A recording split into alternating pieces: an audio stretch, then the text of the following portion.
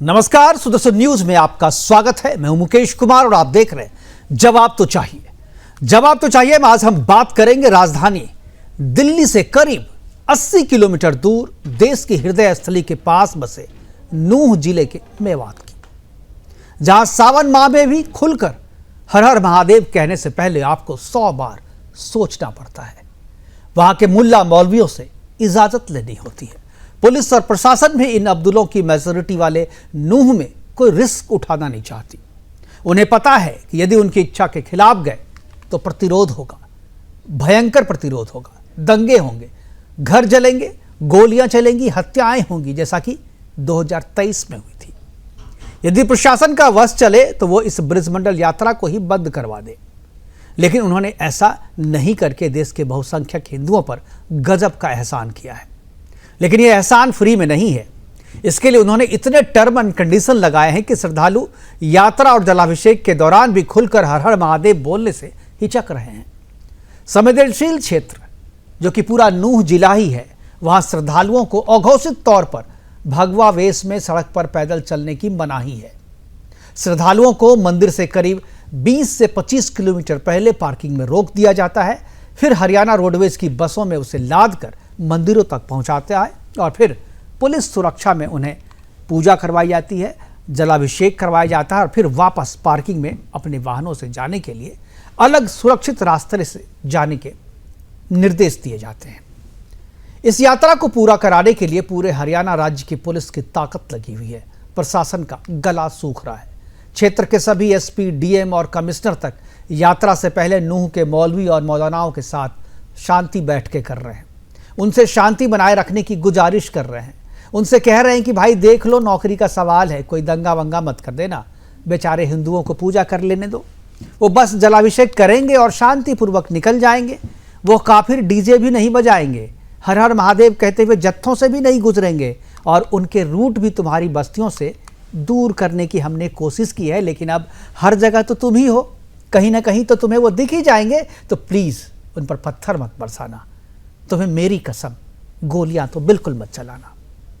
आज से शुरू हुए नल्लर महादेव मंदिर ब्रजमंडल जलाभिषेक यात्रा के लिए प्रशासन ने 2500 पुलिस बल के साथ साथ आरएएफ यानी स्पेशल रैपिड एक्शन फोर्स जो है वो और स्पेशल कमांडो भी तैनात किए हैं।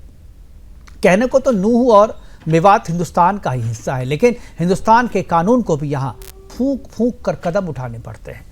नूह के अब्दुलों की चाहत का ध्यान रखना पड़ता है। उनसे इजाजत लेने के बाद ही उन्हें आगे बढ़ना पड़ता है। यहाँ संगीनों के साए में ही हिंदुओं को अपना त्योहार और जलाभिषेक करना पड़ता है महादेव पर। कड़ी सुरक्षा के बीच अमरनाथ जी की यात्रा निकल रही है। एटीएस की सुरक्षा में कांवड़ यात्रा को निकलना पड़ रहा है और नूह में यानी नूह के मेवात में इस बार ब्रजमंडल जलाभिषेक यात्रा को सकुशल संपन्न कराने के लिए 2500 से ज्यादा पुलिसकर्मियों को तैनात किया गया है। इसके लिए 14 डीएसपी अलग अलग टीमों के साथ अलग अलग इलाकों में नेतृत्व कर रहे हैं। 28 चेक पॉइंट्स बनाए गए हैं। सुरक्षा बढ़ाने के लिए सरकार ने drone, microlight, glider, hot air balloon, पतंगबाजी सभी पर रोक लगा दी है। इतनी सुरक्षा और सुरक्षा निर्देशों के बीच हिंदुओं को अपने ही देश में अपना त्योहार मनाने के लिए मजबूर होना पड़ रहा है। इन तस्वीरों को देखकर कहीं से यह नहीं लगता है कि यह हिंदुस्तान में हो रहा है। इतनी सुरक्षा तो शायद पाकिस्तान और बांग्लादेश में रह रहे हिंदुओं को भी अपने त्योहार मनाने के लिए नहीं लेनी पड़ती होगी। हिंदुस्तान में बहुसंख्यक हिंदुओं को अपने तीज त्योहार भी इतनी सुरक्षा के बीच मनाने को मजबूर हो रहा है। आखिर क्यों? किसके डर से? किसे खुश रखने के लिए? अगर हमारी पुलिस ना रहे तो क्या हम अपना त्योहार शांतिपूर्वक नहीं मना सकते? ये बड़ा सवाल है। अल्पसंख्यक अब्दुलों का सांप्रदायिक सौहार्द पर यदि इतना ही यकीन होता तो आज कांवड़ यात्रा के लिए एटीएस नहीं लगानी पड़ती। अगर कश्मीर के मुस्लिमों में कश्मीरियत होती तो अमरनाथ यात्रा के लिए सीआरपीएफ को नहीं लगाना पड़ता। आज अपने प्रोग्राम में हम चर्चा करेंगे कि क्या हिंदुस्तान में हिंदुओं को अपना त्योहार भी संगीनों के साए में मनाना पड़ेगा? कब तक मुस्लिम बहुल इलाके देश की कानून व्यवस्था को चुनौती देते रहेंगे? क्या नल्लर महादेव मंदिर ब्रजमंडल यात्रा के दौरान मेवात के हिंदू हर हर महादेव भी नहीं बोल सकता? करेंगे चर्चा और चर्चा को आगे बढ़ाने के लिए हमारे साथ कुछ मेहमान होंगे, उनसे हम आपका परिचय करवाएंगे। लेकिन पहले एक छोटी सी रिपोर्ट देखते हैं। रिपोर्ट के बाद कुछ प्रतिक्रियाएं भी है, वो भी सुनाएंगे। उसके बाद मेहमानों से परिचय करा के चर्चा की शुरुआत करेंगे। देखते हैं एक रिपोर्ट।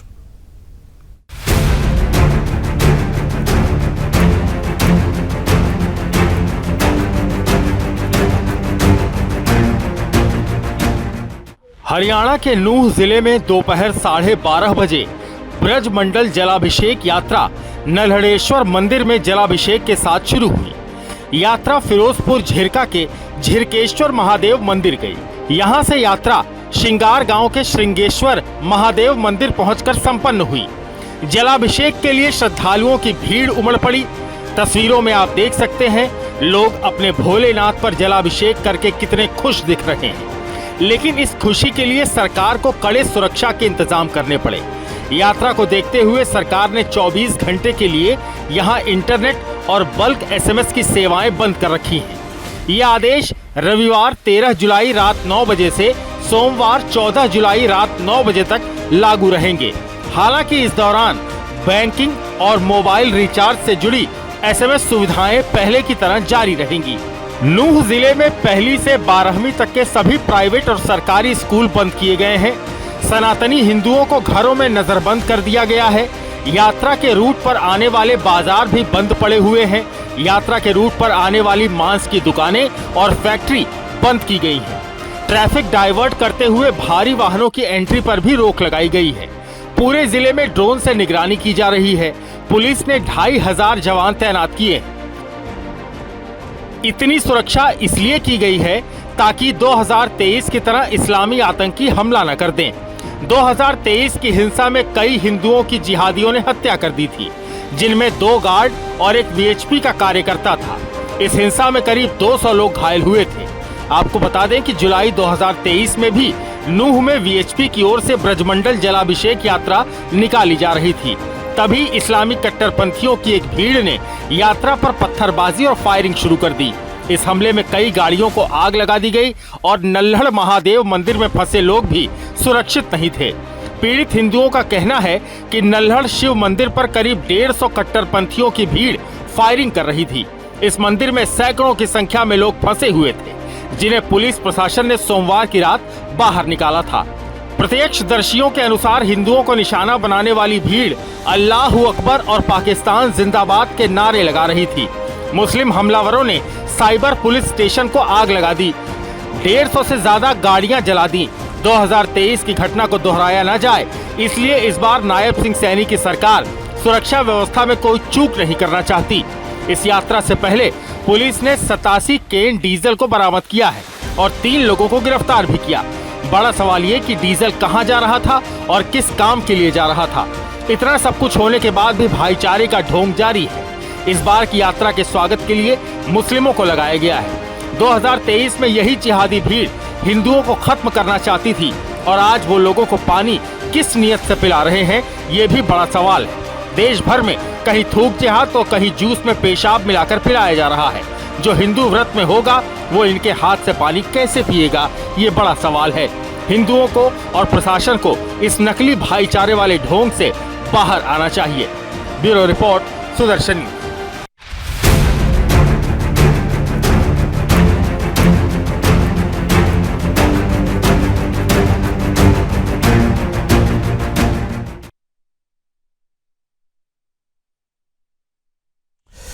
तो जिस तरीके से सुरक्षा व्यवस्था की गई है, ऐसा लग रहा है कि अगर पुलिस ना हो तो हिंदू अपना त्योहार भी जो है अपने देश में शायद ना बना पाए। और नूह को देख करके तो ऐसा ही लगता है। करेंगे चर्चा, और चर्चा को आगे बढ़ाने के लिए हमारे साथ जो है कुछ मेहमान जुड़ गए, उनसे मैं आपका परिचय करा दूं। मौलाना शहाबुद्दीन है, मुस्लिम स्कॉलर के तौर पे हमारे साथ हैं। विनोद बंसल जी, प्रवक्ता वीएचपी के, थोड़ी देर में हमारे साथ जुड़ेंगे। कमल हांडा जी हैं हमारे साथ, कुणाल हांडा जी हैं प्रवक्ता कांग्रेस की, वो हमारे साथ रहेंगी। वीरेंद्र चौहान जी हैं प्रवक्ता बीजेपी, वो भी थोड़ी देर के बाद हमारे साथ जुड़ेंगे। और राजकुमार जी हैं, जिला प्रचारक हैं विश्व हिंदू परिषद के, वो भी थोड़ी देर में हमारे साथ जुड़ेंगे। और चर्चा की शुरुआत जो है मैं मौलाना शहाबुद्दीन जी से करना चाहूँगा। शहाबुद्दीन जी, लगता है उठ के कहीं जा रहे हैं, मैं कमल हांडा जी के पास जाऊँगा। कमल जी, क्या आपको लगता है कि जिस तरीके से पिछले साल 2023 में, 2024 नहीं 2023 में जिस तरीके से नूह में दंगे हुए थे और उसके बाद जो स्थिति बनी थी, वो स्थिति लगता है कि अभी तक कंट्रोल में आ गया? क्योंकि अभी भी जो लोग जा रहे हैं वहाँ पर जलाभिषेक के लिए, उनको कड़ी सुरक्षा में ही जो है जाने के लिए दिया जा रहा है। अभी भी पुलिस प्रशासन को लोगों को डर है कि शायद वहाँ पर फिर से दंगा भड़क जाए और फिर से हमले हो जाए। मुकेश जी, आपको नमस्कार। सभी पैनलिस्ट को नमस्कार। और आपका चैनल देखने वालों को भी मेरा नमस्कार। नमस्कार। मैं देख रही थी जो खबरें आप चला रहे हैं, 80-20 वाली बात आप खुली कर रहे हैं। हर हर महादेव बोलने पर किसने कहा कि पाबंदी है? जो आप खबर चला रहे थे, ये हमारा धार्मिक नारा है और सारे बोलते हैं कहीं कोई पाबंदी नहीं है, इसलिए आप गलत खबरें ना फैलाइए। पहली बात तो ये भाईचारा मत बिगाड़िए। आपके जैसे चैनल वाले जो है ना एंकर्स, कमल आना जी, आप मुझे उपदेश ना दें, आप मुझे उपदेश ना दें। आप स्टूडियो में बैठ करके हर हर महादेव बोल सकती हैं। आप जाके नल्लर शिव मंदिर में जाके रास्ते में करके बोल के आइए हर हर महादेव। आप वीडियो दिखाइए, मैं दिखाऊंगा आपका। आप स्टूडियो में बैठ करके अपने घर में बैठ करके हर हर महादेव कहना बहुत अच्छा है। उपदेश मत दें आप। सच्चाई कड़वी होती है। सच्चाई आपको कड़वी लगती है, इसीलिए आप बोल रही हैं कमरे में बैठ करके। नहीं, आप बोलने ही नहीं दे रहे। आप गलत बोलिएगा, आप गलत बोलिएगा तो मैं टोकूंगा आपको। हर हर महादेव बोलना कोई नहीं रोक रहा है। यहाँ पर आप बोलिए, अपने घर में बोलिए या स्टूडियो में मैं बोल रहा हूँ, लेकिन उस यात्रा में जाकर के बोल के दिखाइए आप वहाँ पे। एक मिनट, जिन्होंने पहले दंगे किए थे, आपको मैं तस्वीर दिखा देती हूँ, आपने सुदर्शन टीवी की ही, जिन्होंने अवार्ड किया था, ये रहा देखिए, बिट्टू बजरंगी और मोनू मानेसर की तस्वीरें हैं। हाँ। जिसमें सुदर्शन टीवी ने उनको अवार्ड किया, क्योंकि सरकार आपको अवार्ड करती है हिंदू मुस्लिम करने के लिए, और आपने जो है इन दोनों दंगाइयों को किया। एक तो वो आपके लिए दंगाई होंगे, वो आपके लिए दंगाई होंगे, वो आपके लिए दंगाई होंगे। कानून अपना काम करेगा ना, आप और हम कौन होते हैं डिसाइड करने वाले? नासिर और जुनैद की हत्या की थी जलती हुई। आपने देखा था ना, आपकी आंखों के सामने में किया था, आपकी आंखों के सामने में किया था। तुमने बोलना तो फिर मुझे क्यों, मेरा नाम क्यों लिया? तुम ही बोल लेते। मामन खान ने जो आपके नेता मामन खान ने जो दंगा भड़काया था, उसके बारे में भी तो बोलिए। मामन खान के बारे में भी बोलिए ना। सब्र करो, अरे थोड़ा सब्र तो रखो भाई। बोलो तो आप, सब्र को तो हम कर ही रहे हैं, सब्र ही तो कर रहे हैं। अपने ही देश में सब्र कर रहे हैं, अपने ही देश में सुरक्षा में हम जो है हर हर महादेव नहीं बोल सकते। हम अपने ही देश में सब्र ही तो कर रहे हैं। किस बेवकूफ ने आपको एक खबर दी कि हर हर महादेव कहना गुनाह है? मैं आप ही के, मैं सूचना के लिए आप पे निर्भर नहीं हूँ कमल जी, सूचना के लिए आप पे निर्भर नहीं हूँ। उस रास्ते में एक एक घर में हमारे इन्फॉर्मर हर एक घर में है। दूसरी बात, 2023 में 31 जुलाई को जो हुआ पंगा, मोनू मानेसर, बिट्टू बजरंगी, उनके हाथों में तलवारें बंदूकें लेकर क्यों चल रहे थे? आपके बीजेपी के एक भाई, तो उनको कार्रवाई हो रही है ना, उन पे पुलिस कानून कार्रवाई कर रही है। मैं उसे प्रोटेक्ट नहीं कर रहा, कानून अपना काम कर रहा है। अरे सुन लो भाई, राम इंद्रजीत ने कहा था कि भाई जब आपकी धार्मिक यात्रा है उसमें तलवारों और बंदूकों का काम नहीं है। मैं आपको तस्वीरें भी दिखा देती हूँ उनको, उनकी योगी आदित्यनाथ के साथ। ऐसे गुंडे मवाली तो आप लोगों ने पाल रखे हैं जो दंगा करें, कुछ करें। और जो मामन खान है वो तो बड़ा, वो मामन खान जो है आपका, वो तो सबसे बड़ा सुधरा हुआ। अरे भाई बोले मामन खान, भाई आप कुछ भी बोल दो मैं सुन लूंगा क्या? मामन खान के बारे में बोलो ना, मामन खान के बारे में बोलो। सुनते, उसे भी तो इंट्रोगेट किया ना पुलिस ने। ये बड़ी गलत बात है। Keep shut and let me speak. आप सही बोलिएगा तब तक बोलने दूंगा। देखो, बिट्टू बजरंगी, मोनू मानेसर। अरे देख लिया, कितनी बार दिखाएंगी आप, कितनी बार दिखाएंगी? इनकी तस्वीरें मैं दिखाती हूँ योगी आदित्यनाथ के। अरे देख लिया, सब जानते हैं, कोई छुपा नहीं रहा उसको, कोई छुपा नहीं रहा उसको। के साथ भी है बिट्टू। अरे भाई एक बार मामन खान के बारे में भी तो बोल लो। बिट्टू बजरंगी, अरे कमल हांडा जी, मामन खान के बारे में भी तो बोलिए। और फिर आप ये जो अब प्रिवेंटिव मेजर्स लिए जा रहे हैं, ये 2023 में भी ले लेते तो बहुत अच्छा रहता। ये इतना सारा कांड नहीं होना था जो होने दिया गया, मैं कह रही हूँ। ठीक है, आप इस बात को मानकर चलिए। आप सवाल बाद में पूछना, पहले मेरे को बोल लेने दीजिए। राम इंद्रजीत सिंह ने कहा था ना, धार्मिक यात्रा में तलवारों और बंदूकों का क्या काम है? स्टोन पेल्टिंग हुई, उनको कहीं से सूचना थी कि आप आकर आप बवाल करेंगे। तो तजिया में जो तलवार लेके निकलते हैं, जरा उस पर भी तो बोलिए ना। और मोनू मानेसर जो कि एक कातिल है, उसके ऊपर एफआईआर। कमल हांडा जी, आप कानून अपने हाथ में ले रही हैं। कमल हांडा जी, कानून अपने हाथ में ले रही हैं आप। कमल हांडा जी, आप कानून अपने हाथ में ले रही हैं। वो कातिल है या नहीं है, या कोर्ट डिसाइड करेगा, आप नहीं डिसाइड करेंगे। कितनी भड़काऊ बातें बोल रहे हैं, आप ही बोल रहे हैं। मैं तो कह रही हूँ, मैं शर्म आनी चाहिए आपको। अरे आपको शर्म आनी चाहिए, सच आप सुन नहीं सकती। सच आप सुनने की ताकत रखिए। आप बताइए ना, बिना पुलिस की सुरक्षा में आप जा सकती हो क्या? क्यों रखा आप पुलिस, आपने कहा ना कि पुलिस सुरक्षा होनी चाहिए। आपने कहा ना कि पुलिस सुरक्षा 2023 में होनी चाहिए। कमल हांडा जी, अब सुनने का भी मुद्दा रखिए आप। याद है ना, कई आपके जो एंकर हैं गोदी मीडिया के, डॉगी मीडिया के, उनके ऊपर एफआईआर हुई पड़ी है। बिल्कुल पड़ी है, हाँ बिल्कुल पड़ी है। तो उससे क्या हुआ? सच बोलना छोड़ देंगे क्या? सच बोलना छोड़ देंगे क्या? अमीश देवगन है। अरे डर के आप लोग रहते हो, हम सच बोलने से डरते नहीं है। डर के तुम सुनो कमल हांडा जी, मैं आपसे पूछ रहा हूँ, आपने कहा ना कमल हांडा जी कि 2023 में भी पुलिस के इंतजाम होने चाहिए। आपने कहा ना, आप मेरी बात तो सुन लो, कभी सुनने की भी तो बात रखो, केवल बोलते ही रहोगी। अरे आप सुनो तो, आपने कहा कि 2023 में पुलिस का इंतजाम होना चाहिए था। अब जो सिस्टम रखा आपने कहा ना 2023 में, आखिर क्यों होना चाहिए? क्या था? अरे क्यों होना चाहिए 2023 में पुलिस? बात सुनो, बिना पुलिस सुरक्षा में क्यों नहीं पूजा कर सकते हम? हमें अपने महादेव की पूजा के लिए सुरक्षा क्यों चाहिए? कोई नहीं रोकता, शांति से। अभी तो आप ही ने कहा, अभी तो आपने कहा कि 2023 में भी होना चाहिए, दंगा नहीं। वो दंगाई पुलिस होती तो शायद दंगाई नहीं आते। पहले क्यों नहीं कुछ हुआ? 1966 से लेकर 2023 तक 22 तक कुछ क्योंकि कोई नहीं जाता था, यात्रा बंद थी, कोई नहीं जाता था यात्रा करने, यात्रा कोई नहीं करता था, आप लोग जाने नहीं देते थे, कोई यात्रा नहीं होती थी, नहीं होती थी यात्रा। अरे शांत हो जाइए आप, शांत हो जाइए आप, शांत हो जाइए। अपने घरों में भी आपने अपने माता पिता से पूछिए आप किस तरीके से आप सनातन विरोधी बातें कर रही हैं आप। चलो हमारे साथ वीरेंद्र चौहान जी बीजेपी के प्रवक्ता है, वो भी हमारे साथ जुड़ गए हैं। चलिए ठीक है, मैंने सुन लिया, अभी आपको दूसरी बार अब देंगे आपको। वीरेंद्र चौहान जी हमारे साथ जुड़ गए, बीजेपी के प्रवक्ता है। वीरेंद्र चौहान जी, अगर आपको मेरी आवाज मिल रही है तो जरा बताएं कि आखिर कब तक मेवात में, नूह में पुलिस की सुरक्षा में ही हिंदुओं को अपना पर्व त्योहार मनाना पड़ेगा? कब हम होंगे इस तरीके से सीधे जाएं और हर महादेव बोलते हुए जाकर के जलाभिषेक करें? कब वो दिन आएगा? हेलो, हाँ जी, आवाज आ रही है, बोलिए जी। देखिए, ये निश्चित तौर पर चिंता का और पीड़ा का विषय है कि भारत के या हरियाणा के किसी हिस्से में जब सनातन की कोई यात्रा निकले या कोई पर्व हो, उसके लिए पुलिस सुरक्षा के व्यापक इंतजाम करने पड़े। पुलिस की व्यवस्था बड़े पर्वों पर, बड़ी यात्राओं के समय में व्यवस्था को सामान्य और दुरुस्त बनाए रखने के लिए तो चाहिए होती है, क्योंकि भीड़ होती है, उसको मैनेज कायदे से किया जाए, इसके लिए पुलिस रहे, प्रशासन रहे, यहां तक तो ठीक है।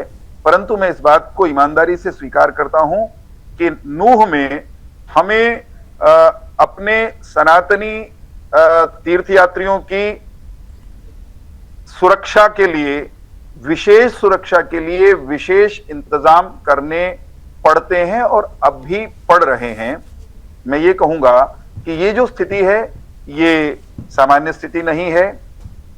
मैं ये भी स्वीकार कर लूंगा कि ये दर्दनाक और पीड़ादायक स्थिति है, परंतु जिस स्थिति का हम सामना कर रहे हैं ये जैसे एक दिन में बनी नहीं, एक वर्ष या एक दशक में नहीं बनी, उसी तरह इसको निर्मूल करने में, इसको पूरी तरह से सामान्य बनाने में भी कुछ समय और लगेगा। हमने अपने शासनकाल में चीजों को बहुत हद तक वहां दुरुस्त किया है, चीजें सामान्य हुई हैं।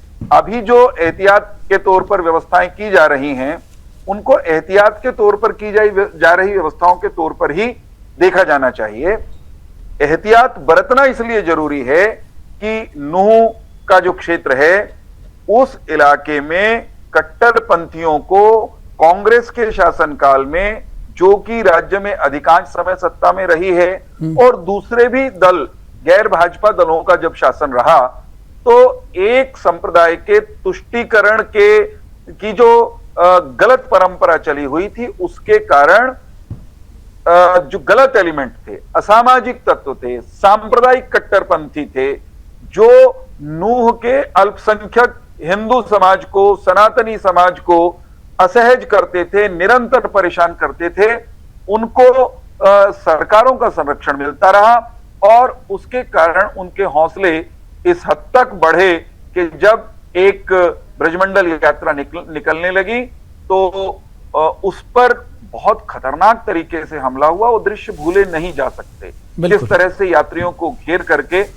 उन पर हमला किया गया। केवल पत्थरबाजी है नहीं, बल्कि गोलियां भी चलाएगी, 7 लोगों की मौत भी हो गई, कभी भी भूला नहीं जा सकता है। जी बिल्कुल, मैं वही कह रहा हूं कि वो बहुत विकट परिस्थिति थी, हमने वो दृश्य देखा है, इसलिए एहतियात के तौर पर आज भी वहां पर हम इंतजाम कर रहे हैं। बिल्कुल एहतियात के तौर पर इंतजाम किया जा रहा है, सरकार तो इंतजाम कर रही है, अच्छी बात है, सरकार बहुत अच्छी कर रही है, लेकिन मैं कह रहा हूं कि वो सिचुएशन कब आएगा जब हम बिना की सुरक्षा में जाकर के हर हर महादेव बोलते हुए जाकर के जलाभिषेक कर पाएंगे? मैं उस दिन के इंतजार में हूं। मौलाना शहाबुद्दीन जी हमारे साथ हैं। मुकेश जी, मुझे कहने दीजिएगा। मुकेश जी, मैं कमल जी आऊंगा आपके पास जब सब हो जाएंगे तब आऊंगा। मुकेश जी, मैं कमल जी ने जो 2-3 बातें की उनके पर छोटी सी टिप्पणी कर दूं, क्योंकि आपने उनको खूब समय दिया। मैं ये कह रहा हूं वो दिन आना ही चाहिए। वो दिन हरियाणा में और भारत में नहीं आएगा तो कहां आएगा? वो जगह हरियाणा और भारत नहीं होगी तो कहां होगी? भारत भूमि का कोई हिस्सा मेवात समेत, नूह समेत ऐसा नहीं होना चाहिए जहां हमें हर हर महादेव कहने में, श्री राम का उद्घोष लगाने में, जय श्री कृष्ण कहने में किसी की इजाजत की जरूरत हो या घबराने की आवश्यकता पड़े। बिल्कुल हम हरियाणा के मामले में, हरियाणा की सरकार इस बात को सुनिश्चित करेगी आने वाले समय में। बिल्कुल सर। जी मैं आऊंगा वीरेंद्र जी, हमारे पास और भी ज्यादा और भी लोग पैनलिस्ट हैं, दोबारा भी मैं आपके पास आऊंगा। मौलाना शहाबुद्दीन के पास में जाऊंगा। शहाबुद्दीन जी, आखिर हिंदू बहुल इलाके में मुस्लिम सुरक्षित है, लेकिन मुस्लिम बहुल इलाके में हिंदू सुरक्षित क्यों नहीं है? मैं सीधा सवाल आपसे पूछ रहा हूँ। नहीं, बिल्कुल ऐसा नहीं है। सभी लोग सुरक्षित हैं, हिंदू भी सुरक्षित है और मुसलमान भी सुरक्षित है। कहीं किसी को दिक्कत, कहीं कोई परेशानी नहीं है। जो नूह की बात है, 2023 में जो वाकया हुआ और मोनू मानेसर जैसे जो लोग हथियार लेकर के चले तो एक्शन का रिएक्शन हुआ। अगर वो लोग जो है वो अमन पसंद होते और अमन पसंदी के साथ अच्छे से जुलूस निकालते तो कहीं कोई घटना होने की जुलूस नहीं निकालते सर हिंदू धर्म में जुलूस नहीं होता है, शोभा यात्रा होती है। जी हाँ, वो शोभा आपने हिंदी में कह दिया, मैंने उर्दू में कह दिया, बात एक ही है। तो देखिए 2023 से पहले नूह में शांति थी, कहीं नूह में कहीं दिक्कत परेशानी नहीं हुई, कहीं पूरे हरियाणा में इस तरह का हिंदू मुस्लिम फसाद नहीं हुआ। 2023 में ही क्यों हुआ, इसकी वजह ढूंढना चाहिए। शहाबुद्दीन जी, मैं आपको थोड़ा करेक्ट करना चाहूंगा 2 मिनट। वो जो आप जो कह रहे 2014 के पहले मंदिर बंद पड़ा था, कोई यात्रा नहीं होती थी, और 2014 के बाद जो है, और बंद क्यों पड़ा था ये भी समझना पड़ेगा। हाँ, वो बताऊंगा। इसलिए बंद पड़ी थी, यात्रा नहीं होती थी, क्योंकि वो मुस्लिम बहुल क्षेत्र में थे, संवेदनशील क्षेत्र में, इसलिए यात्रा नहीं होती थी। समझ गए ना? इसलिए आप ये जो कमल हांडा और आप लोग जो बोल रहे हैं कि 2014 के पहले नहीं हुआ था, 2014 के पहले यात्रा ही नहीं होती थी। जब यात्रा शुरू हुई तो आपने पत्थरबाजी शुरू की, आपने गोलियां चलाना शुरू की, आपने दंगा करने शुरू कर दिए, आपने आगजनी शुरू कर दी। किसी मुसलमान ने पत्थरबाजी नहीं की, हाँ। ना किसी मुसलमान ने गोली चलाई। ये एक्शन का रिएक्शन था जब वहां पर कुछ लोगों ने आपको मुझे मौलाना को उत्तर देने का अवसर दे दीजिए। बिल्कुल मैं आऊंगा। जवाब दिया वहां के लोगों ने। जाहिर बात है कि जब एक तरफ से हमला होगा, दूसरी तरफ लोग हाथ पे हाथ रख के नहीं बैठेंगे। कोई हमला नहीं हुआ था शहाबुद्दीन। खुदा का खौफ करो भाई साहब, अरे खुदा का खौफ करो शहाबुद्दीन। कोई हमला नहीं हुआ था हिंदुओं की तरफ से, कोई हिंदुओं कोई परेशानी नहीं थी। करना चाहिए।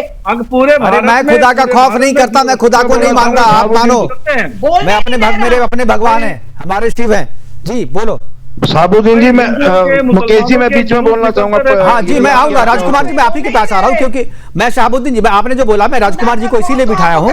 राजकुमार जी 2023 में जो दंगे हुए थे, दंगा पीड़ित हैं राजकुमार जी को चोट लगी थी। राजकुमार जी चश्मदीद है वहां के, जवाब देने नहीं देते। ठीक है, आप दे लो शहाबुद्दीन, अपनी बात पूरी करो और राजकुमार जी आपका जवाब देंगे। जी देखिए, जब बुलाया है आपने, नहीं आप बोलिए, मैं पूरा समय दे रहा हूं। जवाब हम दे रहे हैं, आपकी नजर में हमारा जवाब सही है या गलत है एक अलग बात है, मगर उस जवाब को सुनने की आप जवाब तो दीजिए सर, जवाब दीजिए ना। करिए तो देखिए, हर जगह एक्शन का रिएक्शन होता है। उसके बाद में जुनैद की और नासिर की घटना हुई तो इसके पीछे तमाम चीजों को सोचना चाहिए।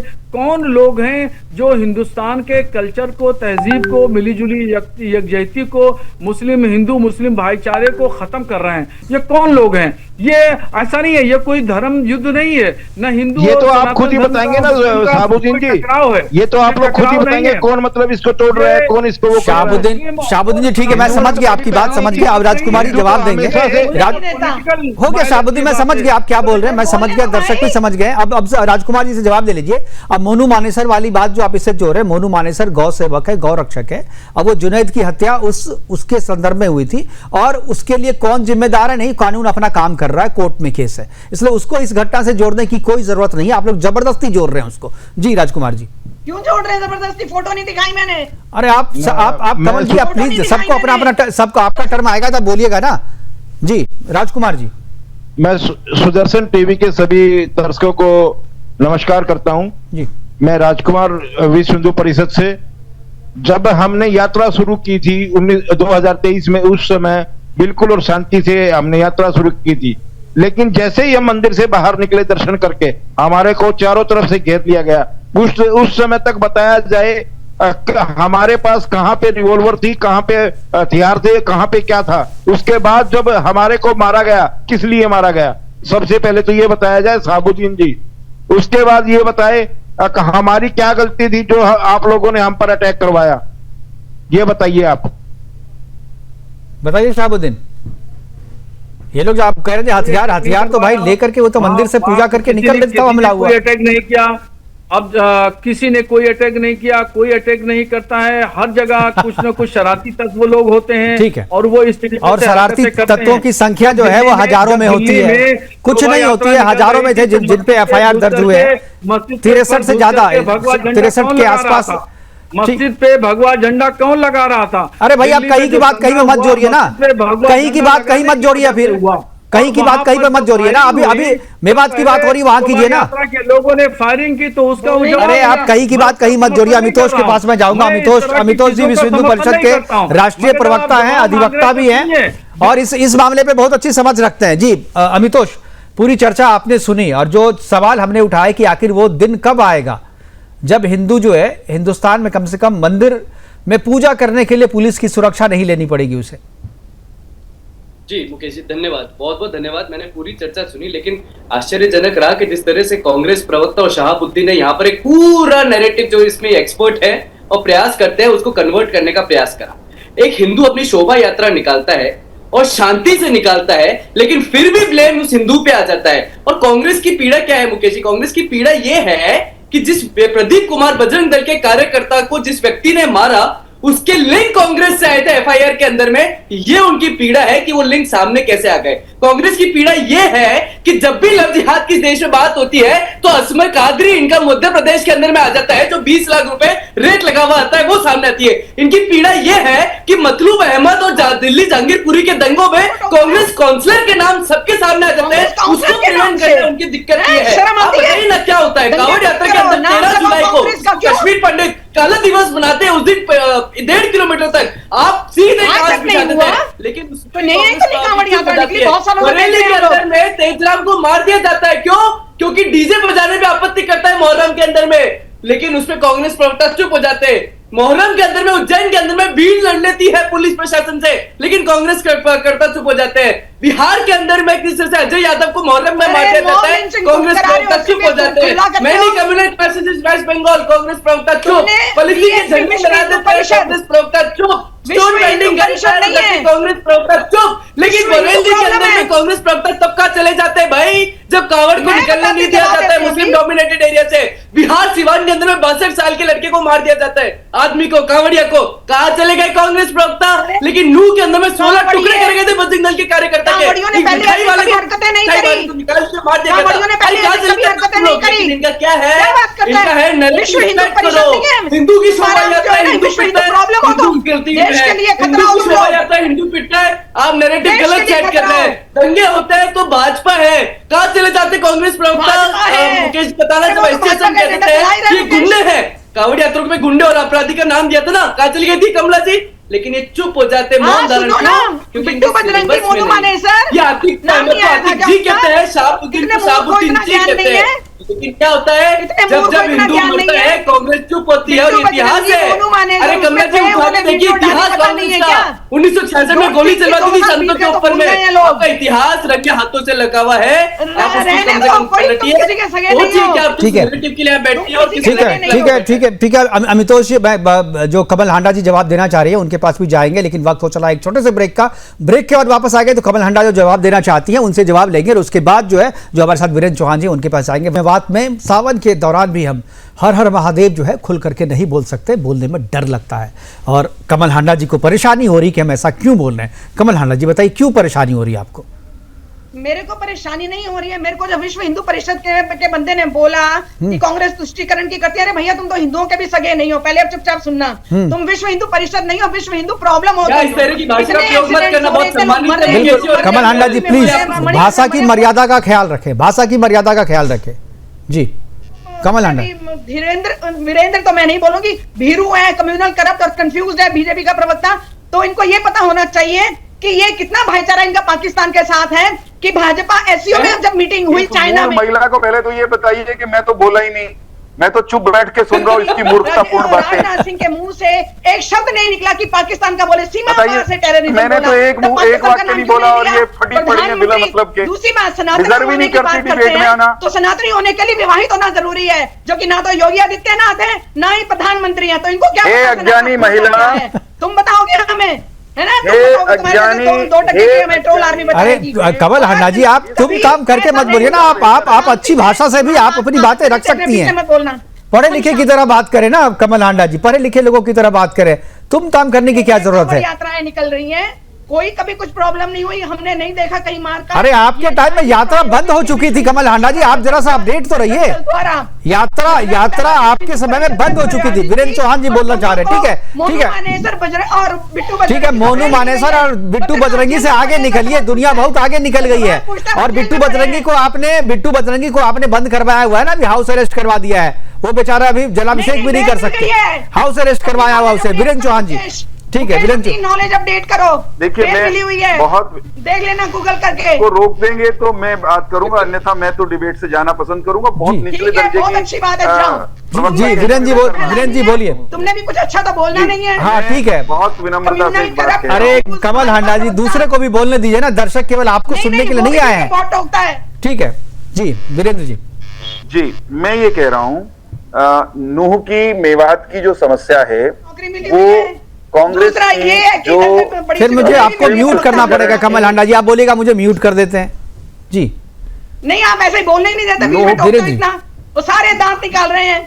तुष्टीकरण की राजनीति हिंदुओं के। अरे भाई आप शांत हो जाइए, मैं म्यूट कर दूंगा, प्लीज जरा इनको म्यूट कीजिए। वीरेंद्र चौहान जी हमें मौका दे रही है कमल हांडा जी, आप थोड़ा सोच के बोलिए किस चैनल पे बैठे हो, क्या बोल रही है। बहुत विनम्रता से जी, चैनल पर बैठी जो नूह का मसला है जी, जो नूह की आज की समस्या है वो लोकलाइज नूह की समस्या नहीं है।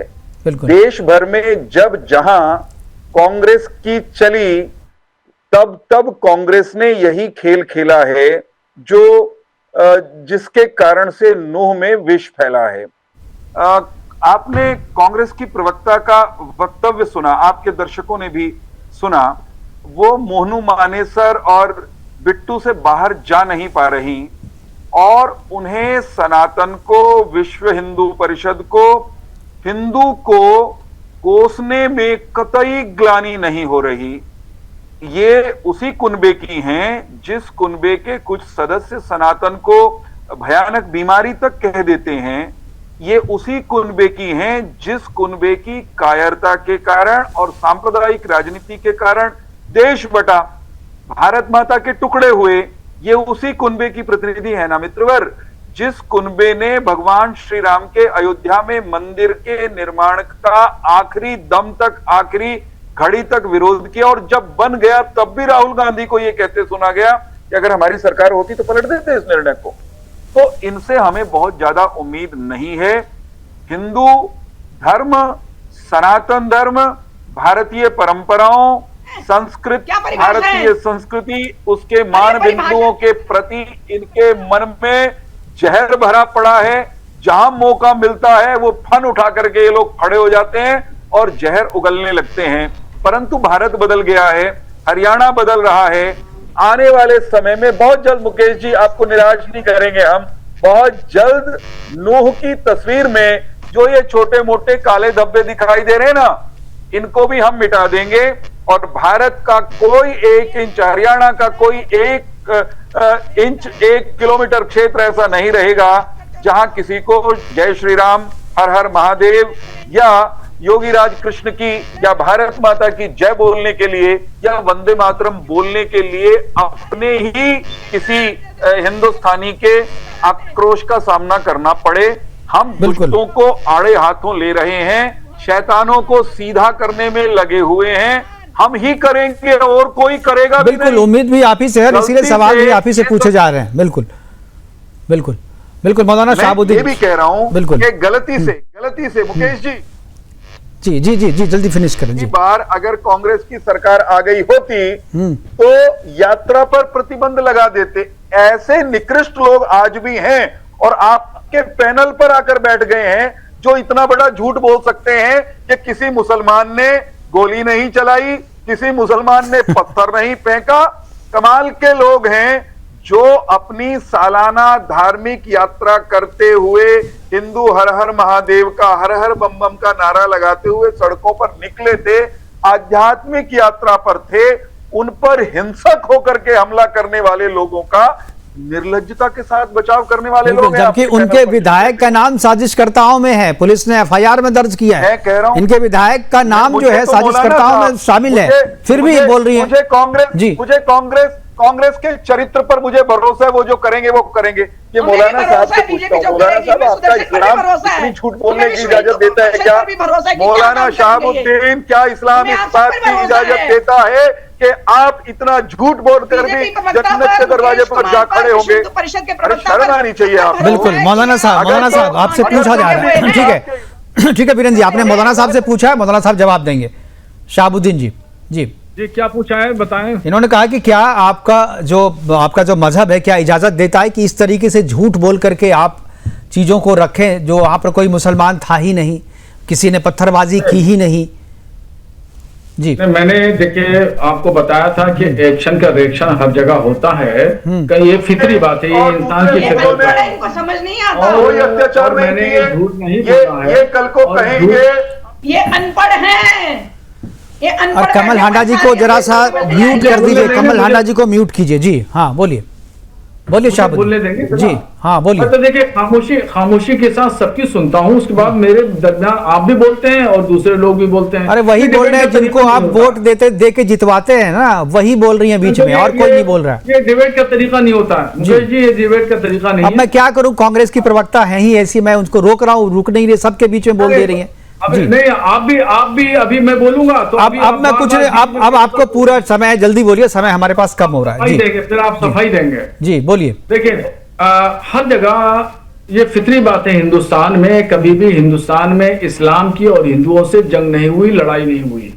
ये हिंदुस्तान का कभी भी, इस्लाम का कभी भी हिंदुस्तान में या हिंदुस्तान से बाहर हिंदुओं से कोई टकराव नहीं रहा। यक्का दुक्का फिरका वाराना फसाद पहले भी हुए, जब मुस्लिम शासन था, ब्रिटिश शासन था तो भी हुए, और आज भी फिरका वाराना फसाद कभी कभी कहीं न कहीं हो जाता है।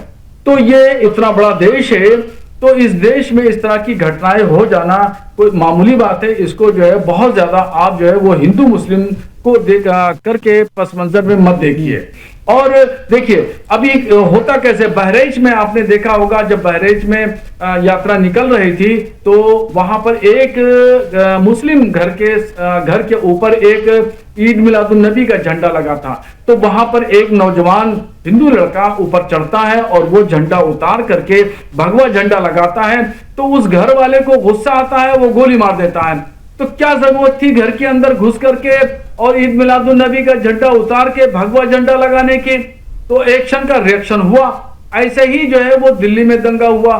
दिल्ली में जब यात्रा निकल रही थी, मस्जिद के पास से गुजरी, आप तो लोग चंद लोग जो है वो मस्जिद के अंदर आप घुसे। तो वही बात ठीक बिल्कुल सही कहा आपने, तो शांतिवादी कौम के हैं आप लोग तो रिएक्शन केवल करते हैं। आप लोग तो संभल में भी यही हुआ, कश्मीर में भी यही हुआ, कश्मीर में भी यही हुआ, दिल्ली में भी यही हुआ। ठीक है अमितोष,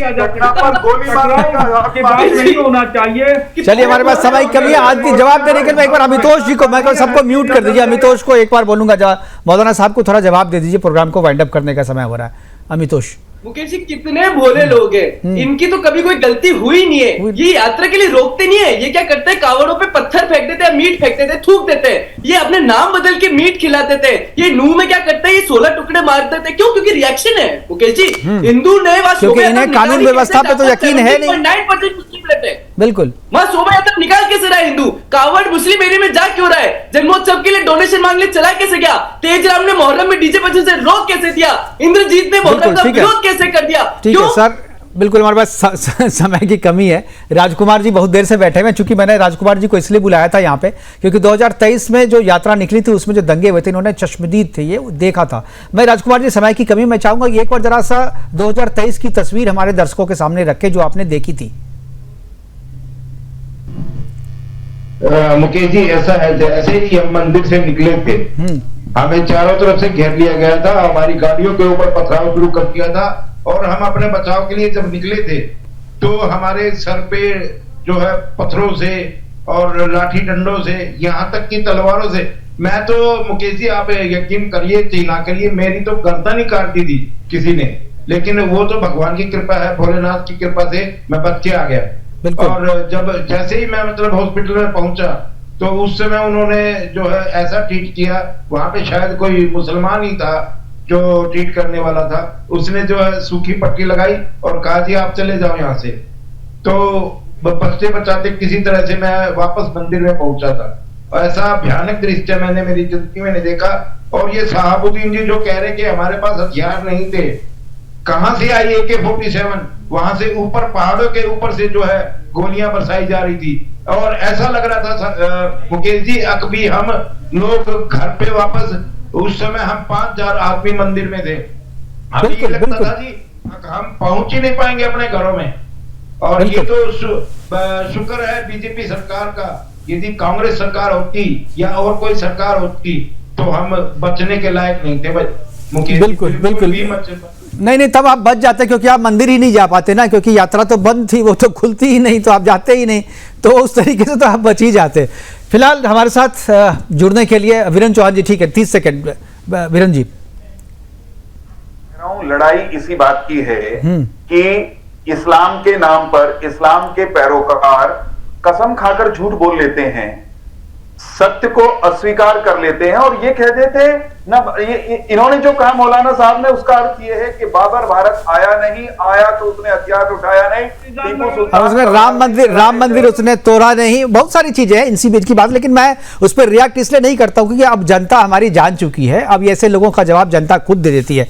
फिलहाल प्रोग्राम को वाइंड अप करने का समय हो रहा है। हमारे साथ जुड़ने के लिए वीरेन चौहान जी आपका, अमितोष पारीक जी आपका, मौलाना शहाबुद्दीन जी आपका, कमल हांडा जी आपका और राजकुमार जी आपका बहुत बहुत धन्यवाद। आप इस महत्वपूर्ण चर्चा में आप जुड़े और अपनी बातें हमारे दर्शकों के साथ साझा की। लेकिन सबसे चिंता की बात है कि नूह मेवात में जो अल्हड़ महादेव के जलाभिषेक की यात्रा होती है उस पर अभी भी जो है संगीनों के साए में हमें जीना पड़ रहा, संगीनों के साए में यात्रा पूरी करनी पड़ रही है और अभी भी आप सड़कों पे वहां पर हर हर महादेव नहीं बोल सकते।